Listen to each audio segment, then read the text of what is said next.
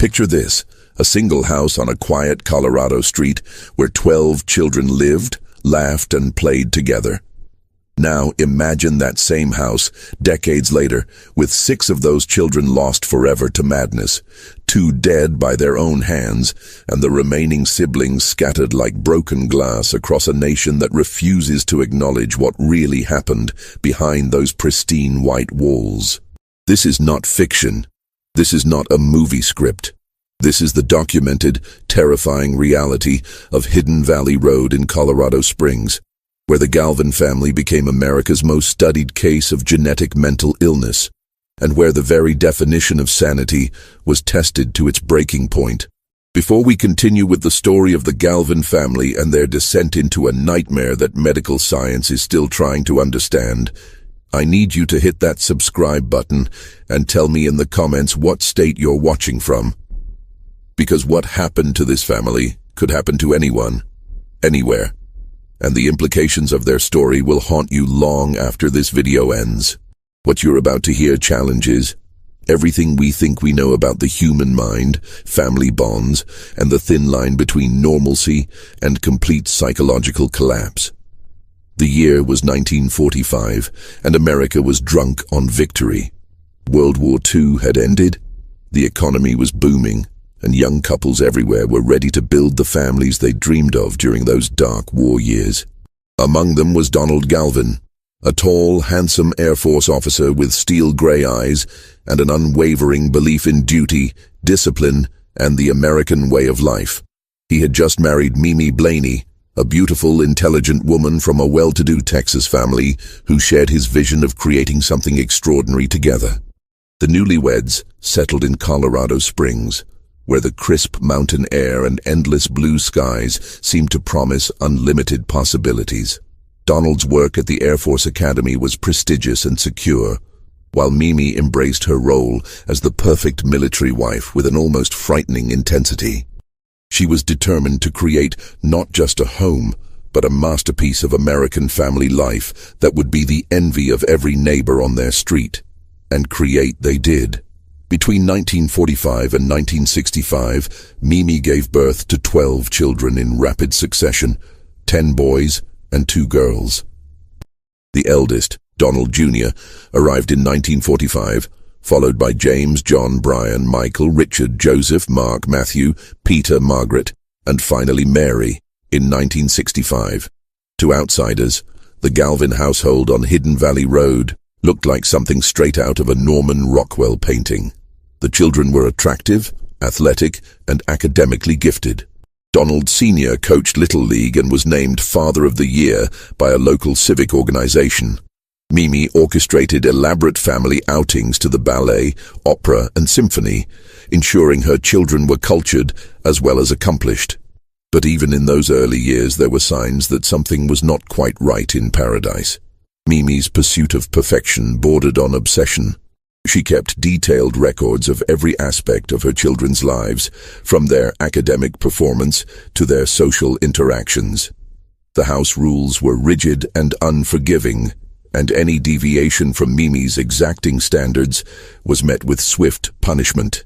Donald Sr., when he was home from his frequent military assignments, seemed to exist in a separate world from his wife and children, more like a commanding officer making periodic inspections than a father sharing in the daily chaos of family life. The children learned early to present a united front to the outside world, to never reveal the growing tensions within their home, and to protect each other from their parents' increasingly erratic behavior. They didn't yet understand that they were all participants in an experiment that was slowly spiraling out of control, or that some of them carried within their very DNA the seeds of their own destruction. Donald Jr. was everything his parents had hoped for and more.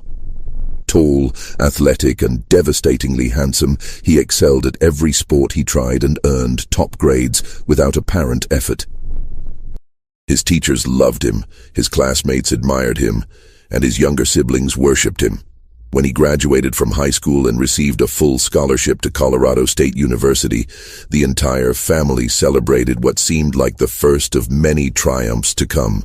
But college life proved to be different from the controlled environment of Hidden Valley Road. And by his freshman year, Donald Jr. was beginning to show signs of strain. His roommates noticed odd behaviors. He would stay awake for days at a time, pacing the dormitory halls and muttering to himself about hidden messages in his textbooks.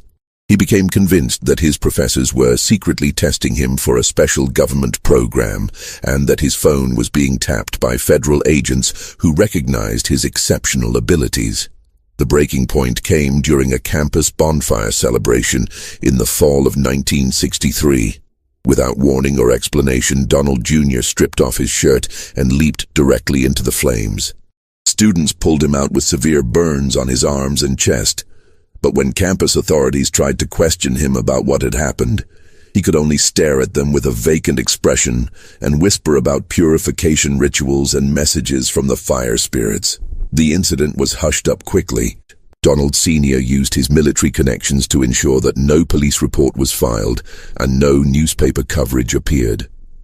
Donald Jr. was quietly withdrawn from the university and brought home to Hidden Valley Road, where Mimi convinced herself that her eldest son was simply experiencing the stress of being away from family for the first time.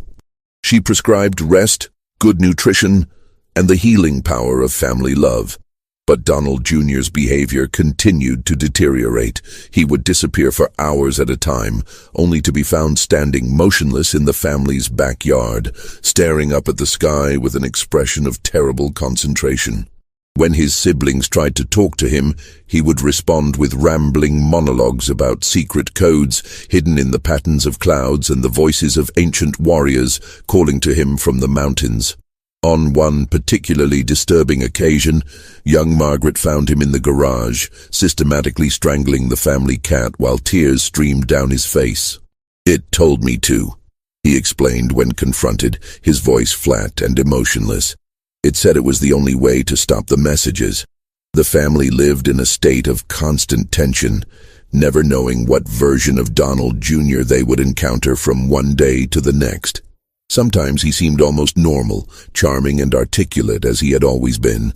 But increasingly, those moments were overshadowed by episodes of violence, paranoia, and behavior so bizarre that even his devoted mother could no longer pretend that rest and family love would be enough to fix whatever was broken inside her perfect firstborn son. In 1965, Donald Jr. married a sweet, naive young woman named Jong, who had fallen in love with the charming, handsome young man she met during one of his brief periods of apparent normalcy. The wedding was a grand affair, with Mimi pulling out all the stops to create the kind of celebration that would cement the Galvin family's reputation as Colorado Springs royalty. But the marriage was doomed from the start. Jung quickly discovered that her new husband was not the man she thought she had married.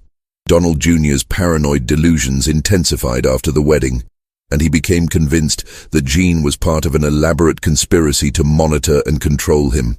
He would accuse her of poisoning his food, tampering with his belongings, and communicating with his enemies through secret hand signals.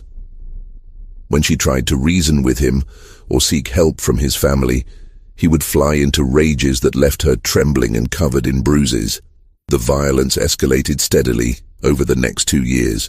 Donald Jr. would disappear for days at a time, only to return with wild stories about government agents, alien abductions, and messages from God. During one particularly terrifying episode, he became convinced that Jong was not really his wife, but an imposter sent to replace the real Jong, whom he believed had been kidnapped and murdered. He spent an entire night interrogating her, demanding that she prove her identity by answering increasingly impossible questions about their shared past. The end came on a cold February night in 1967. Jean had finally worked up the courage to tell Donald Jr. that she was leaving him, that she couldn't live in fear any longer. His response was swift and chilling. He left the house without a word and returned an hour later carrying a small bottle of pills that he had somehow obtained from a local pharmacy. Cyanide capsules, he explained calmly, enough to kill them both quickly and painlessly. "We'll die together," he told her, his eyes bright with a terrible enthusiasm. "And then we'll be free from all of this forever." Jean's survival instincts kicked in with a force that surprised even her. She managed to break free from Donald Jr.'s grip and ran screaming into the night, pounding on neighbors' doors until someone called the police. When the officers arrived at the house, they found Donald Jr. sitting calmly at the kitchen table, the bottle of cyanide pills arranged neatly in front of him like place settings for dinner. He was arrested and committed to the Colorado State Hospital in Pueblo, where he received his first official diagnosis, paranoid schizophrenia. The doctors explained to his devastated parents that their eldest son was suffering from a severe mental illness that had no known cure and an uncertain prognosis. The best they could hope for was that medication and therapy might help control his symptoms and prevent future violent episodes. But this was only the beginning of the Galvin family's nightmare. As Donald Jr. began his long journey through the mental health system, his younger brothers were entering adolescence and young adulthood, carrying within them the same genetic time bombs that had already destroyed their elder brother's life. James, the second eldest Galvin son, had always lived in Donald Jr.'s shadow, desperately seeking the approval and attention that seemed to flow so effortlessly to his older brother. He was intelligent and talented in his own right, with a particular gift for music and a sharp wit that could make even his stern father laugh. But as Donald Jr.'s illness became impossible to ignore, James found himself thrust into the role of the family's new golden boy, a position he was neither prepared for nor equipped to handle. The pressure of becoming the family's hope for redemption, while watching his beloved older brother disappear into madness, proved to be more than James could bear. By his senior year of high school, he was showing signs of the same frightening deterioration that had destroyed Donald Jr.'s promising future. He became obsessed with the idea that he was being watched and followed, that his teachers and classmates were all part of an elaborate plot to drive him insane, just like his brother. James's break from reality was more gradual than Donald Jr.'s dramatic collapse, but no less devastating. He began to withdraw from his friends and activities, spending long hours locked in his room, writing page after page of incomprehensible notes about secret messages and hidden meanings. When family members tried to enter his room, they would find the walls covered with newspaper clippings, photographs, and hand-drawn diagrams connected by strings and pins in patterns that made sense only to James's increasingly fractured mind. The violence began with self-harm. James would beat his head against the walls until his forehead was bloody and swollen, explaining to anyone who asked that he was trying to stop the voices that never gave him peace. He carved symbols into his arms and chest with kitchen knives, claiming that the marks were protective talismans that would keep the government agents from reading his thoughts. When his worried mother tried to take the knives away, James became violent for the first time, striking her across the face with a force that left her reeling. But it was James's treatment of his younger siblings that revealed the true depths of his illness and cruelty. As his paranoid delusions intensified, he began to target the family's youngest members, particularly his little sisters Margaret and Mary, as objects for his twisted experiments and sexual fantasies. He would corner them when their parents were away, forcing them to participate in bizarre rituals that he claimed would protect them from the evil forces that were trying to destroy the family.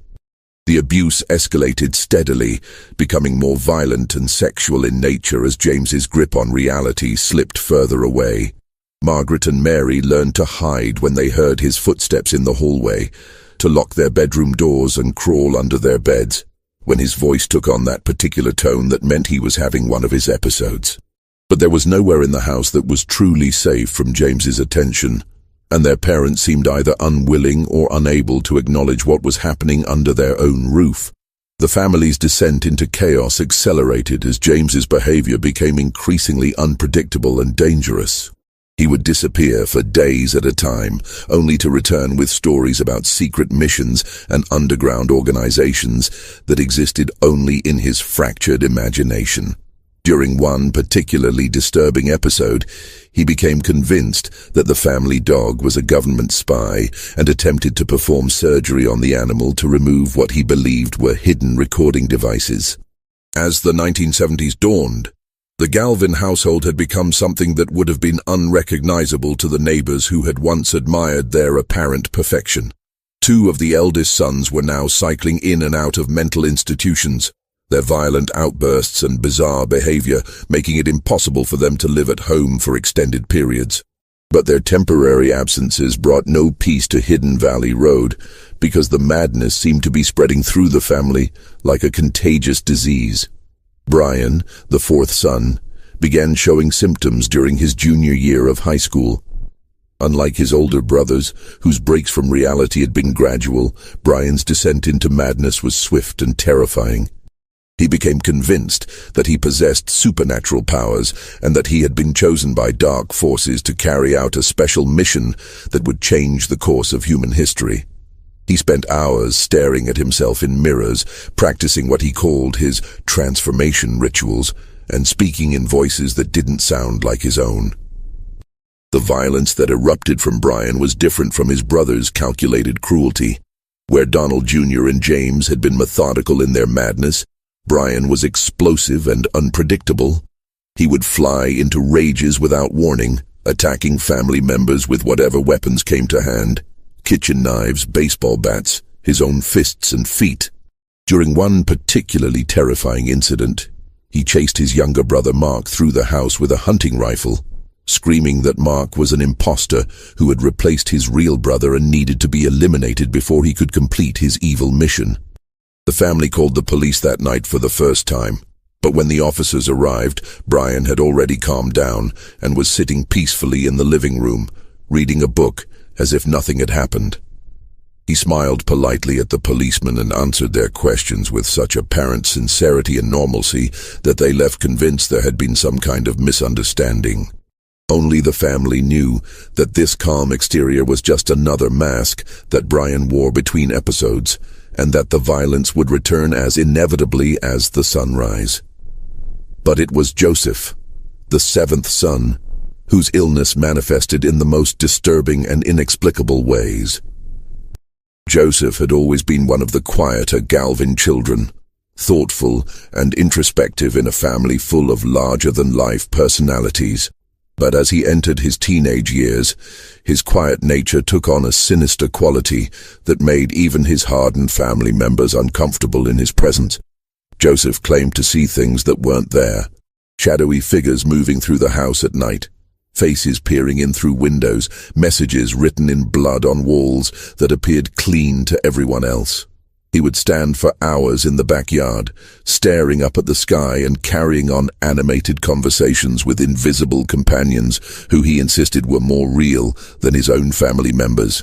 The truly chilling aspect of Joseph's illness was his apparent ability to predict future events with uncanny accuracy. He would announce that someone was going to call just moments before the phone rang, or warn family members about accidents that would occur exactly as he described them.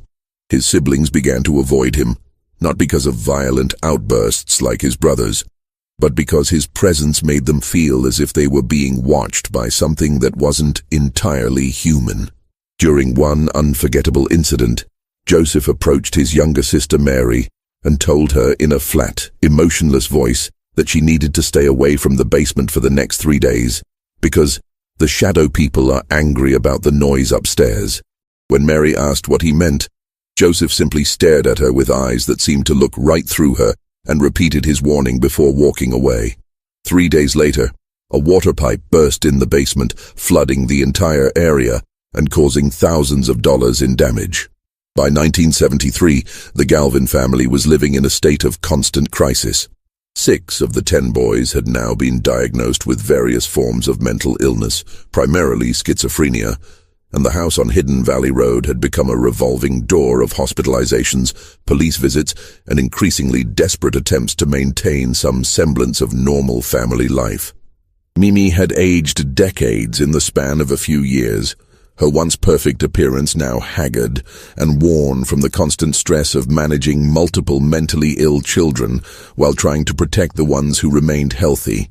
She had become obsessed with finding someone to blame for the catastrophe that had befallen her family, cycling through theories about everything from environmental toxins to government experiments to curses placed on the family by jealous neighbors. Donald Sr. had retreated almost completely from family life, spending longer and longer periods away on military assignments and maintaining a cold, military bearing even when he was home. He refused to discuss his son's illnesses with anyone, including his wife, and seemed to view their mental breakdowns as personal failures that reflected poorly on his ability to maintain discipline and order in his own household. The two youngest daughters, Margaret and Mary, had become like refugees in their own home, constantly alert to danger and ready to flee at the first sign of one of their brothers having an episode. They had learned to sleep with chairs wedged against their bedroom doors and to keep emergency bags packed with clothes and money hidden under their beds in case they needed to run away in the middle of the night. The breaking point came when Brian, in the grip of one of his most severe psychotic episodes, became convinced that his girlfriend Nancy was actually a demon sent to seduce and destroy him. He had been dating Nancy for several months, and she represented one of the few normal, healthy relationships in his increasingly chaotic life. But as his paranoid delusions intensified, he began to see her presence as evidence of a vast, supernatural conspiracy aimed specifically at him. On a cold November evening in 1973, Brian invited Nancy to dinner at a restaurant near the university where they were both students. She arrived expecting a normal date, perhaps even hoping that Brian would finally open up to her about the strange behavior she had been noticing in recent weeks. Instead, she found herself face to face with someone who was no longer the gentle, thoughtful young man she had fallen in love with. Brian spent the entire dinner staring at Nancy with an intensity that made her deeply uncomfortable, occasionally muttering under his breath about signs and portents that only he could see. When she tried to make conversation, he would respond with cryptic comments about the true nature of reality and the dangers of trusting appearances. By the time they left the restaurant, Nancy was seriously considering ending their relationship, not because she didn't care about Brian, but because she was beginning to fear for her own safety. What happened next shocked even a family that had become accustomed to violence and madness. Brian drove Nancy to a secluded area outside of town, where he attacked her with a hunting knife he had hidden in his car. The assault was swift and brutal, motivated not by anger or passion, but by Brian's absolute conviction that he was performing a necessary exorcism that would save both their souls from eternal damnation. Nancy died within minutes, and Brian, suddenly calm and apparently rational, called the police himself to report what he had done. When the officers arrived, they found him sitting beside Nancy's body, covered in blood, but speaking in the polite, articulate manner that had always characterized the Galvin children in public. "I had to stop her," he explained matter-of-factly. She wasn't really Nancy anymore. The thing that was wearing her face was going to destroy everything good in the world, starting with me and my family. Brian was arrested and charged with first-degree murder, but before the case could go to trial, he was found dead in his jail cell, having used bed sheets to hang himself from the cell's light fixture. His suicide note was a rambling, almost illegible manifesto about secret wars between cosmic forces and his role as a chosen warrior in the battle between good and evil. The local newspaper covered Nancy's murder and Brian's suicide as a tragic case of young love gone wrong, with no mention of the Galvin family's history of mental illness or the pattern of violence that had been building for years. But within the family, Brian's death marked the moment when any pretense of normal life finally collapsed completely. News of the Galvin family's extraordinary situation eventually reached the attention of Dr. Lynn DeLisi, a pioneering psychiatric researcher who was convinced that schizophrenia had a genetic component that could be identified and studied. At a time when most mental health professionals believed that schizophrenia was caused by bad parenting or environmental factors, DeLisi's focus on genetics was considered radical and controversial. When DeLisi first heard about a Colorado family with 6 schizophrenic sons, she was initially skeptical. Cases of multiple family members developing schizophrenia were rare enough that many researchers dismissed them as statistical anomalies or misdiagnoses. But as she reviewed the available medical records and spoke with the doctors who had treated the Galvin boys over the years, she became convinced that this family represented an unprecedented opportunity to study the genetic basis of mental illness. DeLisi's first meeting with the Galvin family took place in the sterile conference room of a Colorado Springs hospital in the spring of 1985. Mimi attended alone, as Donald Sr. refused to participate in what he viewed as an invasion of the family's privacy. The woman who walked into that room bore little resemblance to the vibrant, confident mother who had once presided over Hidden Valley Road's picture-perfect household. Mimi was now in her 60s, her hair completely gray and her face marked by years of stress and grief. She wore a simple black dress and carried herself with the brittle dignity of someone who had survived horrors that most people couldn't even imagine. But when she spoke about her sons, her voice was steady and her recollections were precise, as if she had been preparing for this moment for years. "I need to know why this happened to my family," she told DeLisi without preamble. "I need to know if it was something we did or something we failed to do, or if there was never anything we could have done to prevent it. And I need to know if my grandchildren are going to suffer the same fate." DeLisi explained her research methodology and the potential benefits of studying the Galvin family's genetic material, but she was careful not to make any promises about finding easy answers or miracle cures. Schizophrenia remained one of the most mysterious and complex mental illnesses, and even with the most advanced research techniques available in the 1980s, the mechanisms that triggered psychotic breaks were poorly understood. But Mimi was desperate for any hope, no matter how slim, that her family's suffering might serve some greater purpose. She agreed to participate in DeLisi's research program, and over the next several years, every member of the Galvin family provided blood samples, underwent extensive psychological testing, and submitted to interviews that probed the most painful aspects of their shared history. The research process was both illuminating and devastating for the family members who participated. For the first time, they were forced to confront the full scope of the damage that mental illness had inflicted on their lives. Not just the obvious casualties like Donald Jr. and James, but the subtle ways that fear and trauma had shaped every aspect of their existence. Margaret and Mary, now adult women with families of their own, had to relive memories of childhood abuse and terror that they had spent years trying to suppress. The surviving brothers, who had not developed schizophrenia, lived with the constant fear that their own mental health was just a temporary reprieve, that the genetic time bomb that had destroyed their siblings might still be ticking away inside their own minds. DeLisi's research into the Galvin family's genetic material would eventually lead to groundbreaking discoveries about the hereditary nature of schizophrenia, but the process was slow and often frustrating. For years, the blood samples and psychological profiles generated more questions than answers, offering tantalizing clues about genetic markers and brain chemistry without providing the clear explanations that the family so desperately wanted. The breakthrough finally came in the early 2000s, when advances in genetic sequencing technology allowed researchers to identify specific mutations that appeared to be linked to schizophrenia susceptibility. In the Galvin family's case, scientists discovered a mutation in the SHANK2 gene on chromosome 11 that was present in all of the affected brothers and their mother, but absent in their father and unaffected siblings. This discovery was revolutionary because it provided the first concrete evidence that schizophrenia could be traced to specific genetic abnormalities rather than environmental factors or parenting failures. For Mimi, who had spent decades believing that her controlling parenting style might have caused her son's illnesses, the genetic findings were both vindication and tragedy. She had not caused their mental illness, but she had unknowingly passed the genetic predisposition onto half of her children.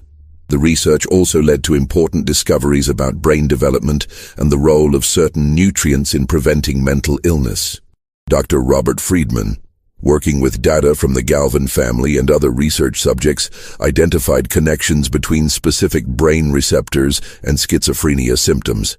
His work eventually led to recommendations that pregnant women take choline supplements to support fetal brain development and potentially reduce the risk of schizophrenia in their children.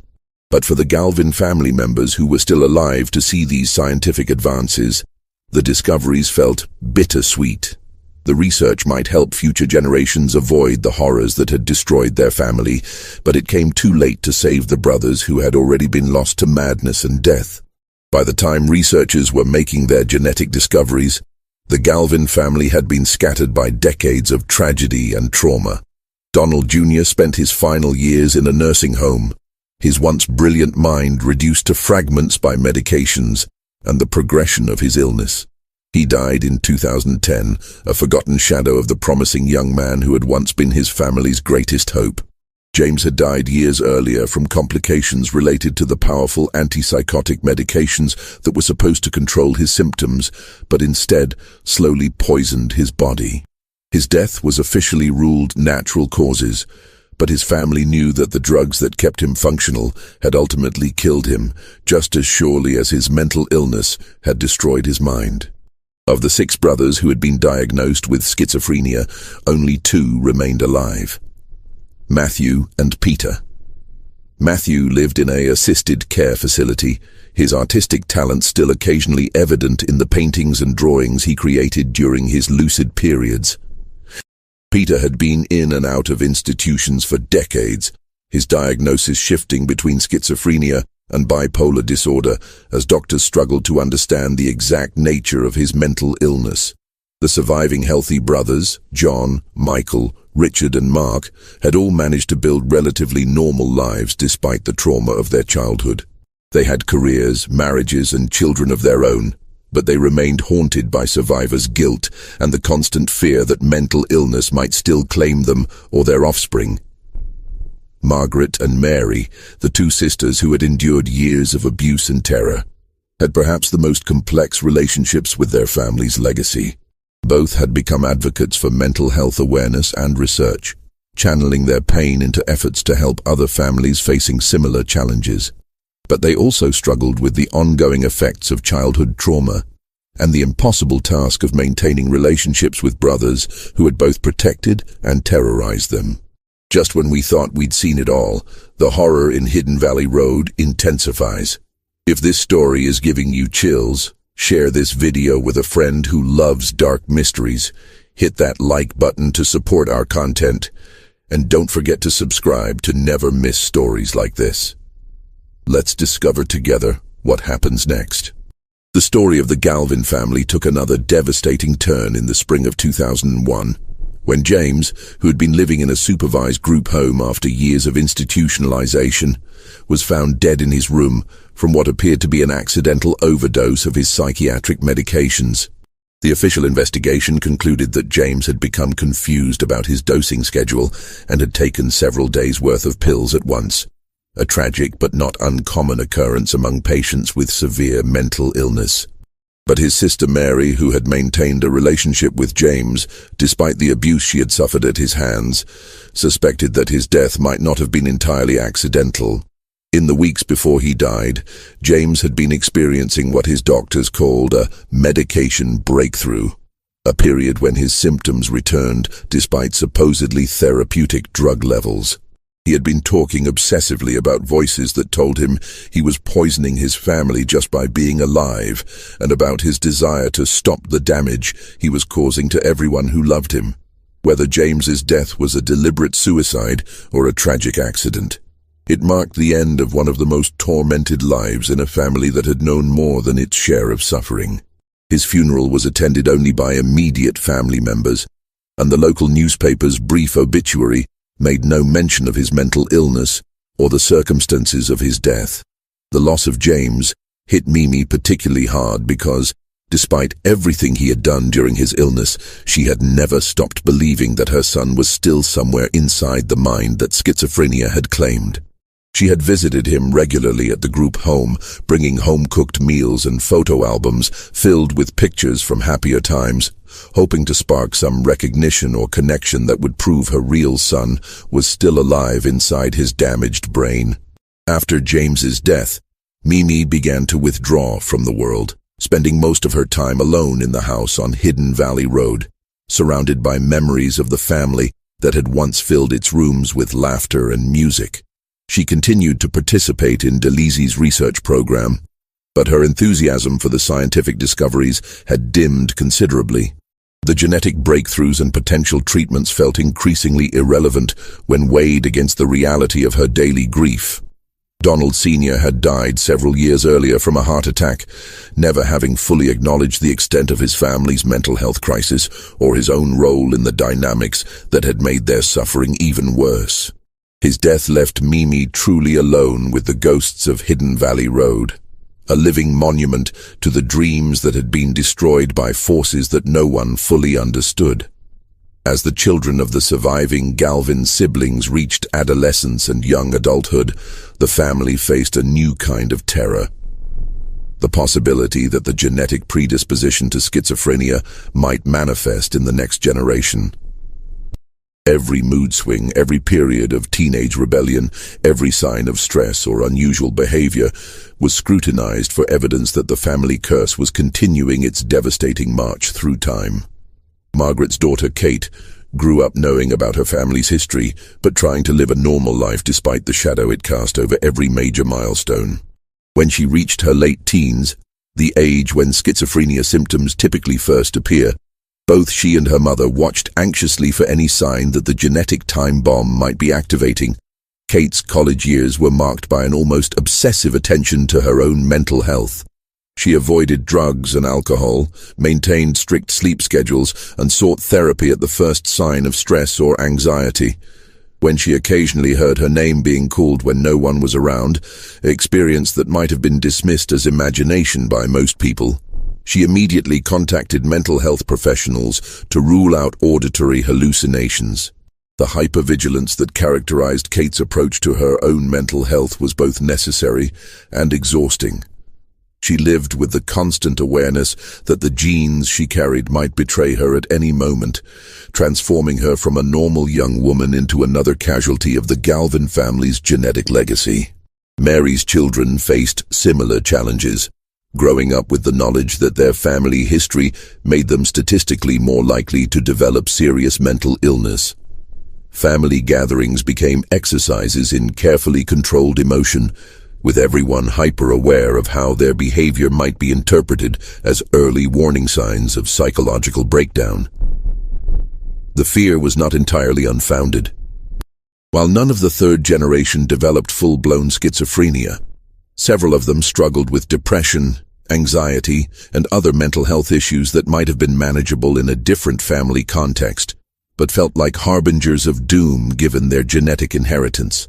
In 2017, Mimi Galvin died peacefully in her sleep at the age of 93, finally joining the sons she had lost decades earlier.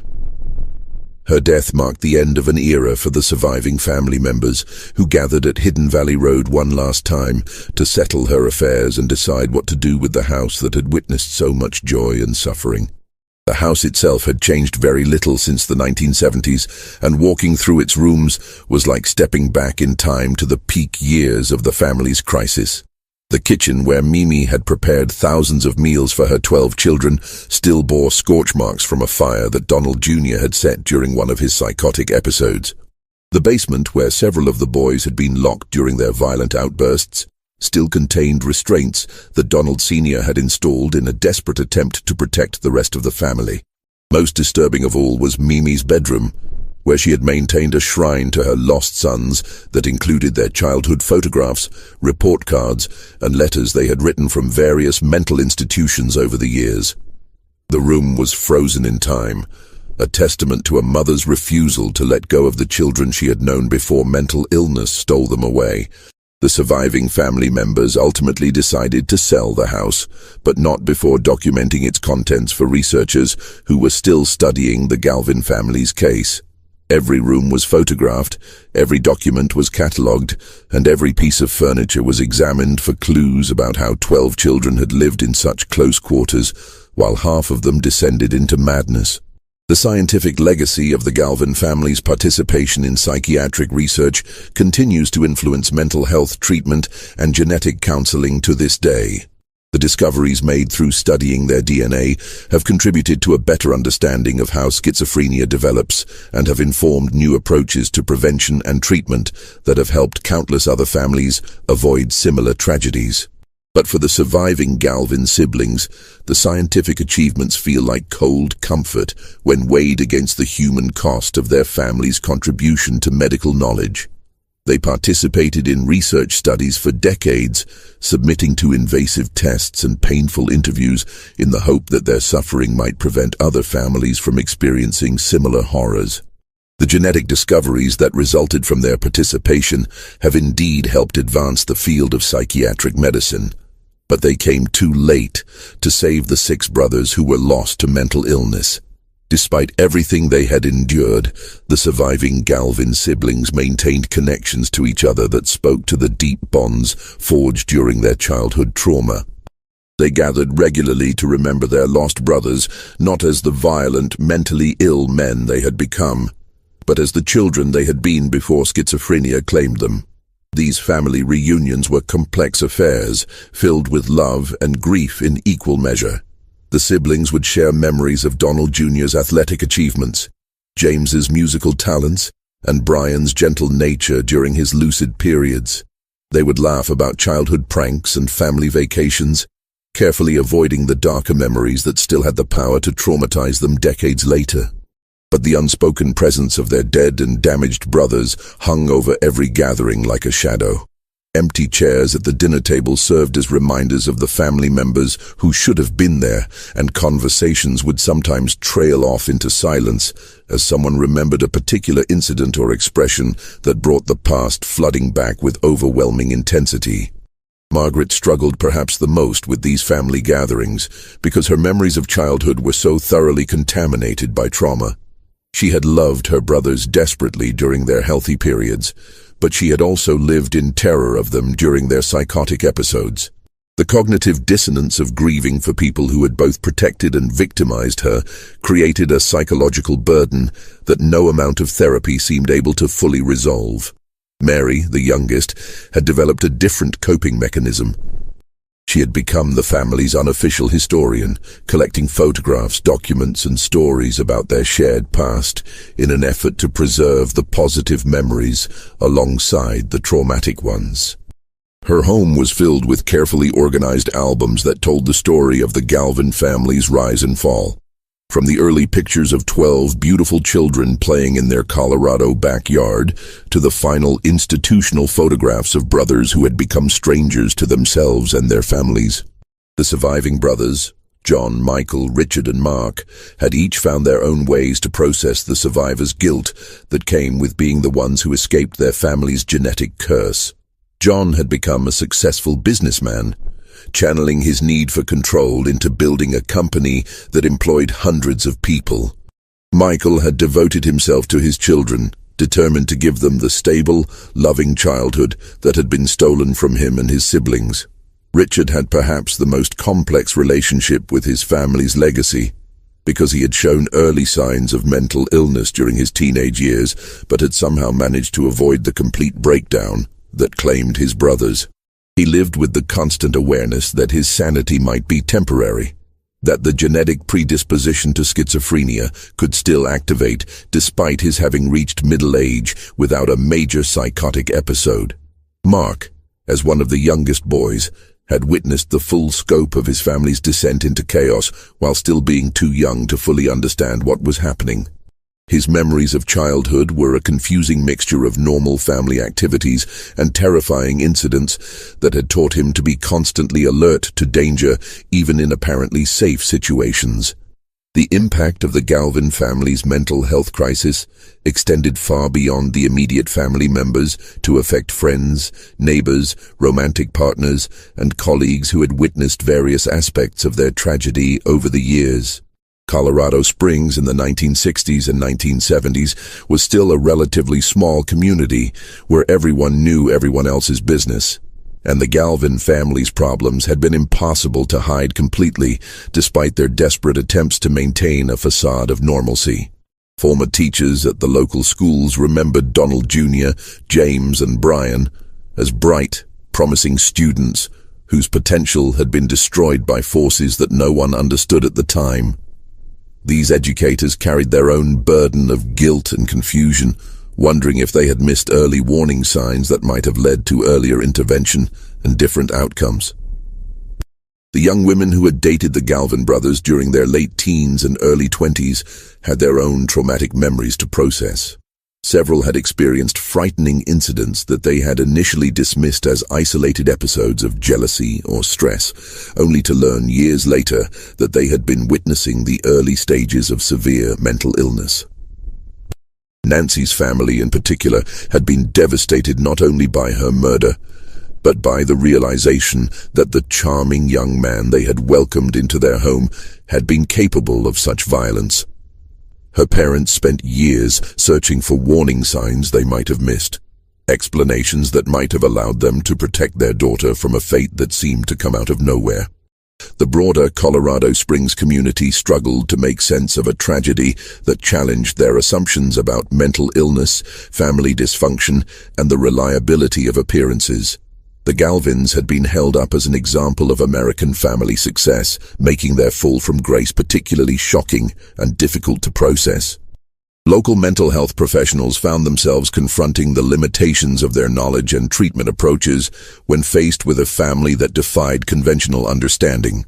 The standard interventions that worked for individual patients seemed woefully inadequate when applied to a situation where half of a family's children were simultaneously experiencing severe psychiatric crises. In 2020, author Robert Kolker published Hidden Valley Road, a comprehensive account of the Galvin family's story that brought their case to national attention for the first time. The book's publication marked a turning point in how the surviving family members related to their own history, transforming them from private victims of a genetic tragedy into public advocates for mental health awareness and research. The process of cooperating with Kolker's research had been both therapeutic and re-traumatizing for the surviving siblings. They had been forced to revisit their most painful memories in exhaustive detail, but they had also gained a new perspective on their experiences through conversations with researchers, mental health professionals, and other families who had faced similar challenges. Margaret, in particular, found that participating in the book project helped her understand her mother's behavior during the family's crisis years. For decades, she had blamed Mimi for failing to protect her and Mary from their brother's abuse. But learning about the limited resources and knowledge available to families dealing with mental illness in the 1960s and 1970s had given her a more compassionate view of her mother's impossible situation. The book's publication also brought unexpected connections with other families who had experienced multiple cases of schizophrenia. The Galvins learned that they were not alone in their suffering, that other parents had watched helplessly as mental illness destroyed their children's lives, and that other siblings had struggled with survivor's guilt and the fear of genetic inheritance. But perhaps most importantly, the book helped establish the Galvin family's suffering as meaningful contribution to scientific knowledge rather than simply a series of random tragedies. The genetic discoveries that had resulted from decades of research on their DNA were already helping other families receive earlier interventions and more effective treatments. Despite all the scientific advances that have resulted from studying the Galvin family's case, fundamental questions about schizophrenia remain unanswered. Researchers still don't fully understand why some people with genetic predispositions develop the illness while others remain healthy, or why symptoms manifest so differently from one patient to another. The surviving Galvin family members continue to participate in ongoing research studies, providing updated medical information and DNA samples as new technologies become available. They do so not because they expect to benefit personally from future discoveries, but because they hope their continued cooperation might prevent other families from experiencing similar devastation. Matthew and Peter, the two surviving brothers with schizophrenia, remain in assisted living facilities where they receive round-the-clock care. Matthew occasionally shows flashes of the artistic talent that had made him special as a young man, creating paintings and drawings that hint at the person he might have been in different circumstances. Peter's condition has stabilized somewhat with age, and he is able to maintain limited contact with his siblings during their supervised visits.